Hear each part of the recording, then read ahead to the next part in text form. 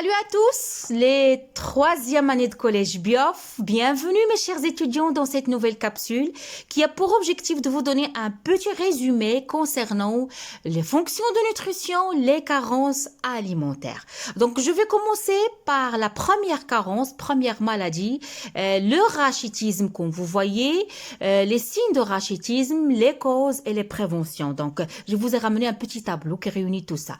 Donc le rachitisme, c'est une maladie des os qui se manifeste par des malformations, comme vous voyez, des os pendant la croissance. On a des malformations des os pendant la croissance. Quelles sont les causes de la maladie? C'est une carence en sel de calcium qui assure une bonne ossification de l'os et aussi une carence en vitamine D qui permet la fixation des sels de calcium sur les os. Ce que vous devez retenir pour l'examen, le rachitisme, c'est la cause en quoi on a un manque de calcium, on a un manque de vitamine D.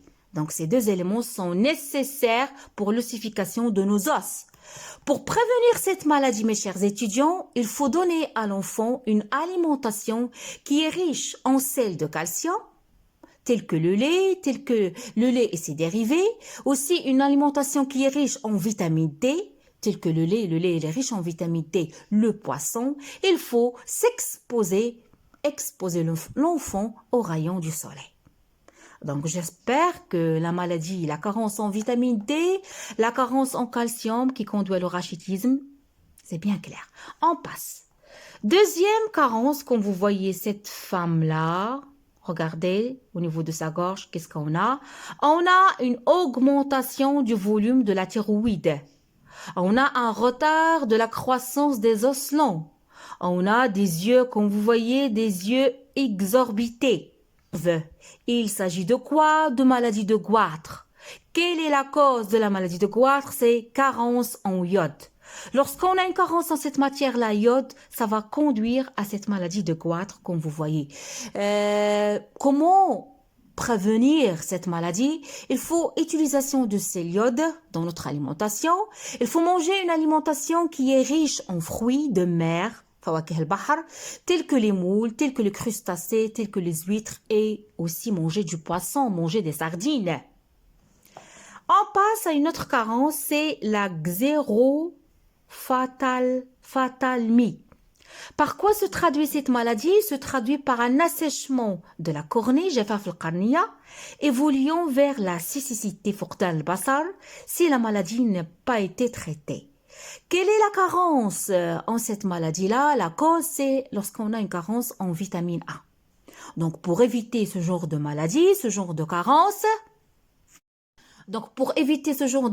il faut avoir une alimentation qui est riche en vitamine A. Une alimentation riche en vitamine A, comme vous le savez déjà, les carottes, c'est l'origine de la vitamine A, la tomate, le fromage, le jaune d'œuf et le foie. Scorbut.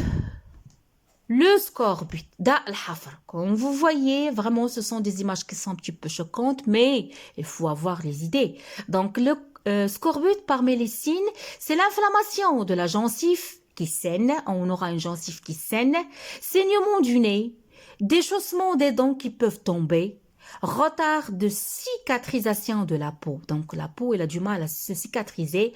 Le malade s'affaiblit, il y a un risque de la mort. Quelle est la cause? C'est la carence en vitamine C. Donc, quelle est la cause? C'est la carence en vitamine C. Donc, mes chers étudiants, vous devez s'enrichir en vitamine C. Donc, avoir une alimentation qui est riche en vitamine C.